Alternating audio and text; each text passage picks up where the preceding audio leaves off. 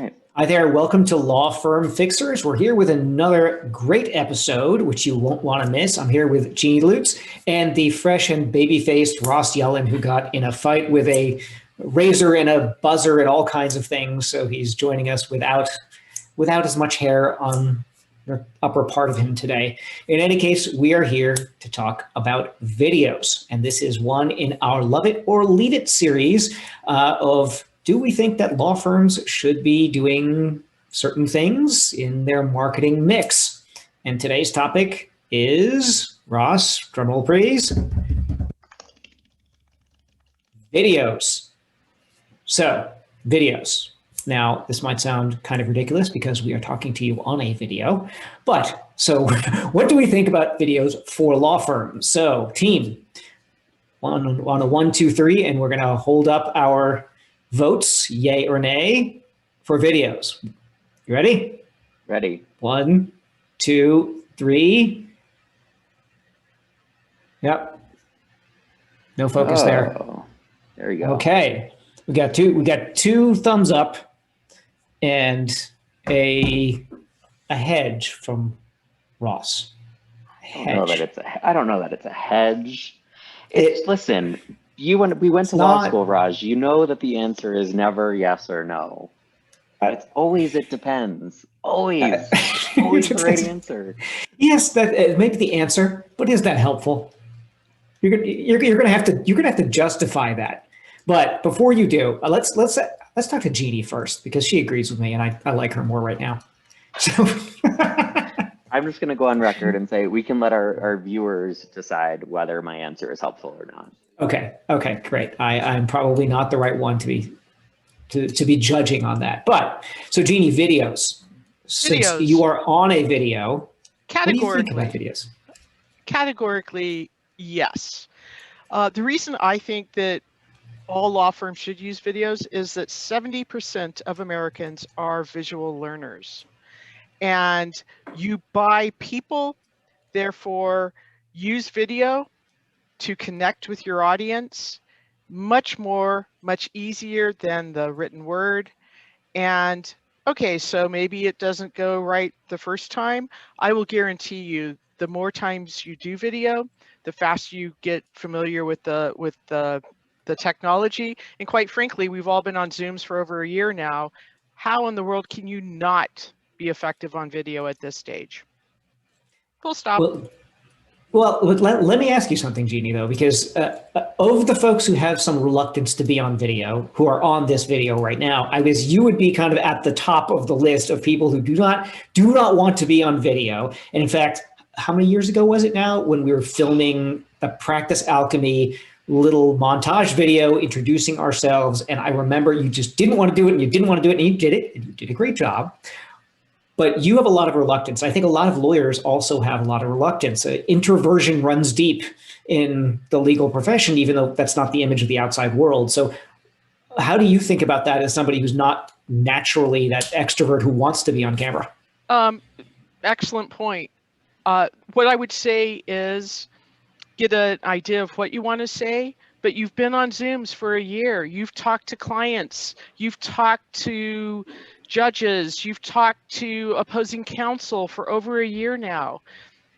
Use that experience. It's no different doing a video. It doesn't have to be highly formal.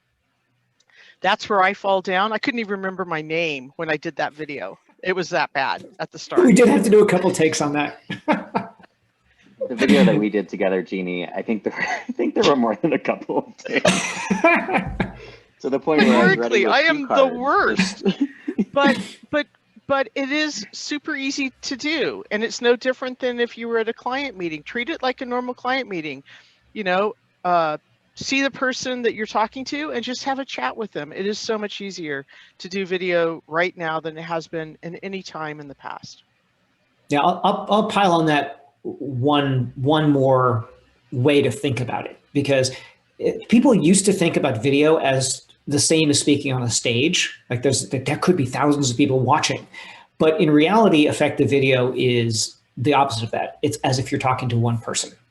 And so I think the whole Zoom revolution has made it so that you can kind of feel that way, like you're talking to a small group of people. Just keep that in mind. It's actually more effective if you're kind of engineering it like you're talking to one person instead of that you're speaking to a crowd. So I think that reframe helps a lot. I definitely agree with you. The reason that I said no, but is that I think a lot of people get lost on video. You know, it's kind of like the invention of the cell phone, right? You know, forever ago, back in my day. Says the youngest person on this video. I know, and I shaved off all my gray hair. Now you look like a baby. Yes. But you know, you used to take pictures with film. So, you know, you had however many, you know, shots on the roll, and there was a finite amount. So you framed the photo right. You worried about lighting. You worried about those details because you didn't have endless opportunity to, you know, snap a picture and delete, snap a picture and delete. And, you know, I think this phone probably holds like 15,000 photos, something like that. You know, so the reason that I say no is because you need to have a clear direction. You need to know what you want to talk about, and you don't want to use that endless roll of film, as it were, to its fullest extent. You want to stay short and sharp. And I think people that go into kind of the video process without a plan, it's apparent in the outcome. It is, but on the other hand, I'm going to challenge that a little bit, because I think there's too much analysis paralysis, and they go in it and think that they have to have a plan and they have to have it scripted out. And then it just seems like they're reading something, and lawyers tend to be over planners and overthinkers. So just with a nod to the audience that we're speaking to, I think it's better almost to say, hey, I'm going to record a bunch of videos. I may never publish them, but at least I'm going to get the practice of recording a whole bunch of them, right? I might record 50 videos, and maybe they'll all stink. And it kind of doesn't matter because you can just delete them. It's the point of getting familiar with the medium and what can be done and not overthinking it, because I think that's the death of actually getting anything done. Yeah, I mean, I do like to tell our clients all the time as we encourage them to go down this pathway. I always say, you know, perfection will get in the way of progress. But I feel like you're also kind of making my point, you know, if you over prepare and you start reading from a script, it's so obvious. You want to be authentic. You know, the whole point is to be authentic, to introduce, you know, someone that you would otherwise be meeting in person. This, you know, could be their first meeting of you. Give them some personality, give them some real you. I think we do a pretty good job of that on this. Maybe a little a little too much. Yeah. But and keep it short and sharp.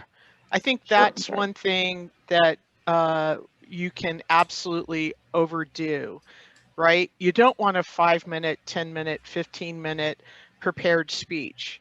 You want to think of it as a newscast. You want to have a single topic. You want to be very precise and explain the situation and add a flavor, but don't go beyond about 2 minutes in a classic first time video. Keep it short. And the other thing is change formats, right? Because there's one thing with the face to camera newscaster style video. There's another thing when we've got what we've got going here, which is a dynamic where we can, you know, play off of each other and we all know each other. You can do that with your partners. You can do that with a guest. And that's a great way to make it more interesting and bring some personality into it instead of feeling like it's a lecture, because no one wants to be lectured to. I think the last point, so that we can keep this episode a little bit short and sharp, although of course longer than what we're recommending our viewers do, would be that this, just like your video, doesn't have to be fancy. It doesn't have to be a big, large production. This is a Zoom. We record the Zoom and then we do some minor tweaking in the background, but this is nothing fancy. This is hey folks, let's talk about this subject today because someone's asking about it. Let's have a discussion with best practices in mind. Again, perfection gets in the way of progress. And see, we even have a guest visitor today. It's not perfect, exactly, but we're making progress. Exactly. So any prescriptions, like, so we're going to keep this short. We're going to wrap it up. But what do you like? My prescription is to everyone: just do it, just try it, just block out some time and shoot some videos and just see what happens. So I would say just get out of your own way would be my prescription. Ross, what would be yours? Totally agree. Get out of your own way. Perfection will get in the way of your progress. Try things. Don't go too scripted. Don't go too lackadaisical where it goes 20 minutes long. Get to the point and see what works. And Jeannie, what's yours? Don't forget to smile. Engage with your audience. I don't think I ever have a problem with that. Exactly. All right. So next week, we're going to be talking about podcasts. Yeah.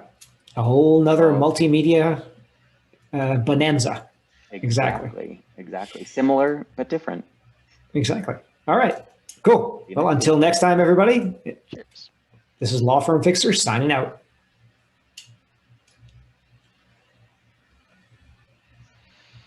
How long